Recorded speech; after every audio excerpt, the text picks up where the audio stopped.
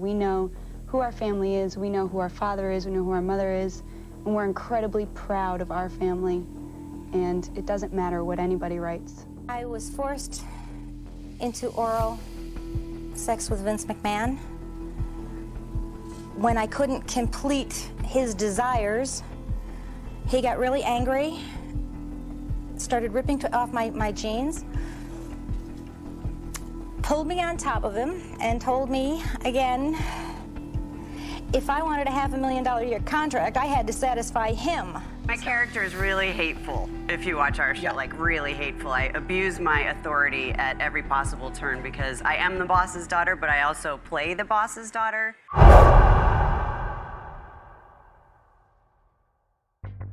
WWE boss Vince McMahon has resigned following sex trafficking allegations from a former employee. You may have heard about the shocking sex abuse lawsuit being leveled at WWE boss Vince McMahon by a former employee.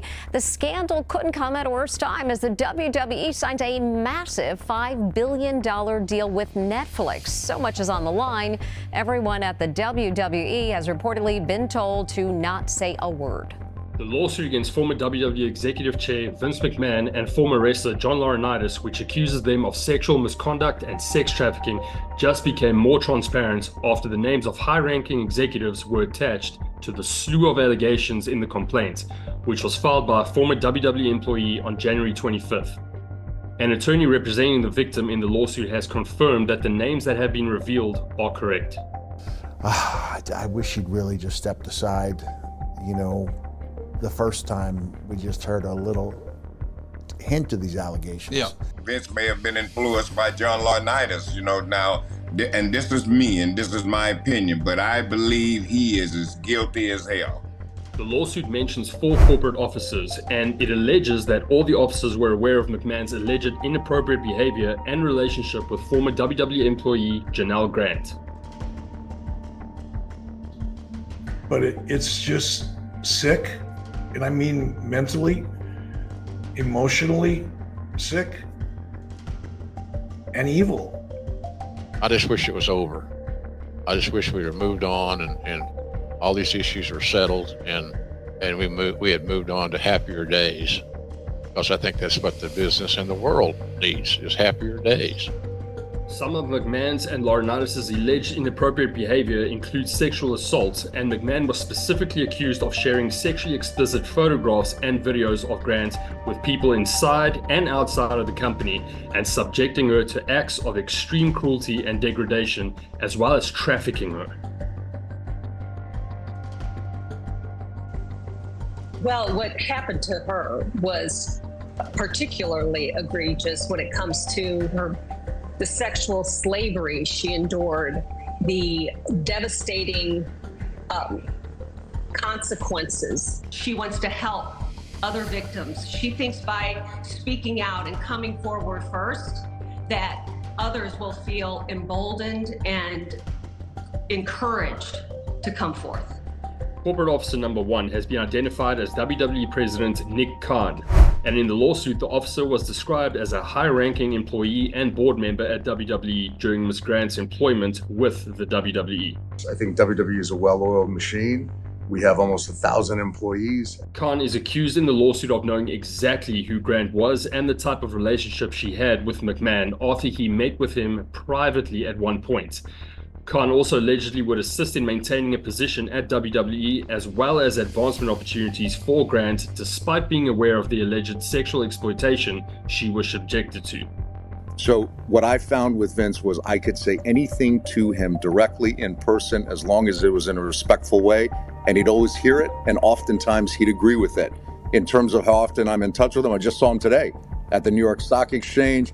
He looks amazing. He's still buff as can be, fit, suited up. WWE Chief Operating Officer Brad Blum has been revealed to be corporate officer number 2 in the lawsuit. The officer was described as a high-ranking employee at WWE who made hiring decisions, conducted prospective employee interviews, and maintained significant control over personnel decisions. The lawsuit claims that Grant allegedly met with Blum in 2019 at WWE headquarters to help her find a position at the company, and that he hardly asked any questions during the interview.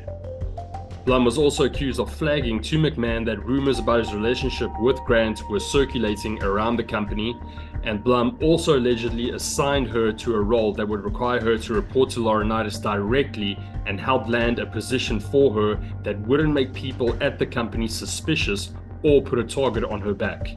Blum also allegedly later drafted a to-do list for Grant that would effectuate an NDA between her and McMahon.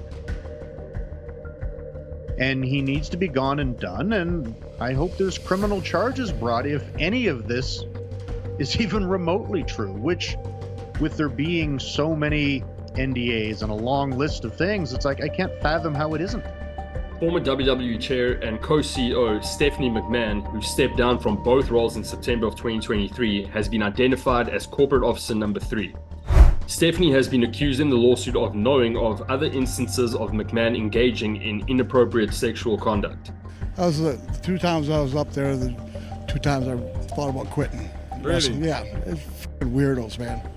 I mean, then the bullshit you got to put with, and now it's worse because, you know, you got one of the biggest cunts running it, you know, like Stephanie McMahon. What the f*** you know about wrestling, you know?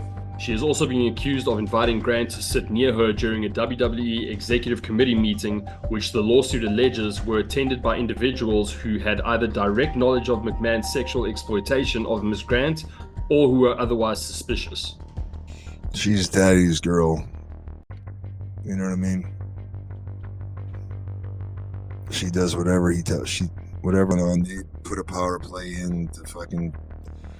They had to settle those lawsuits with Rita Chatterton and MLW to hurry up and get this fucking company sold. All right, because they knew they were pressed for time before this shit got. You know what I mean? Vince had to get the hell out of there. They had to put Stephanie in there for a little while, and then listen, they know what they're doing. Okay. Listen, Stephanie was nice. Stephanie was professional with us backstage. But in no way did I ever feel like she was fighting for us. Brian Nurse, who is a former general counsel and head of WWE's legal department, has been revealed to be corporate officer number 4 in the lawsuit. Nurse is being accused of discussing a role with Grant in the legal department and later offering her the job after being ordered by McMahon to do so, despite the role not having a complete job description. Nurse allegedly was also warm with other colleagues but cold towards Grant due to his suspicions about a relationship with McMahon. The lawsuit later notes that his behavior towards Grant allegedly shifted from cold to actively hostile.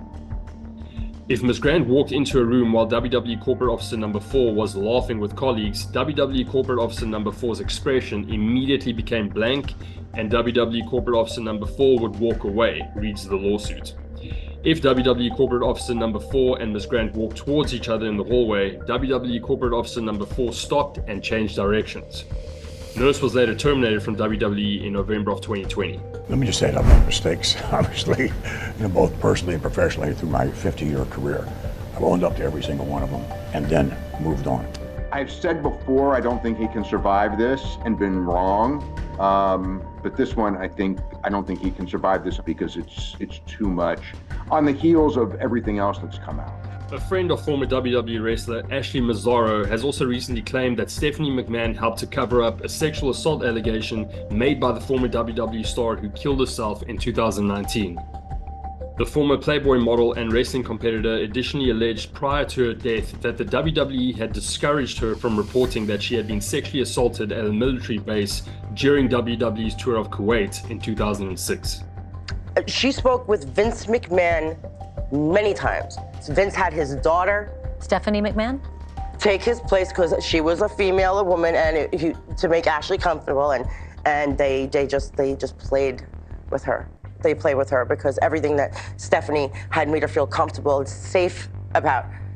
As soon as they walked into this boardroom meeting, Ashley was on her own completely, and she was threatened, and there was no compassion, there was no sympathy, there was nothing. Now, I recently did a segment with regards to the whole Ashley Massaro case, and if you haven't seen it, I'll drop the link in the description below. I'm like, people can say anything they want about Vince, they can say anything they want about WWE, but this place is awesome compared to the Survivor or anything. I love they take good care of us. But one has to wonder that if all these accusations are true and Stephanie McMahon did know about her father, Vince McMahon's dodgy behavior, then the chances of Triple H, Paul Levesque, who of course is married to Stephanie McMahon, the chances of him not knowing what was going on is slim to fuck all. It's almost like we live together. Exactly. What keeps the fire burning? So it'll be interesting to see what does transpire, again, if all of these accusations do turn out to be true. But in any case, let me know what you guys think in the comments, and as always, thanks for watching.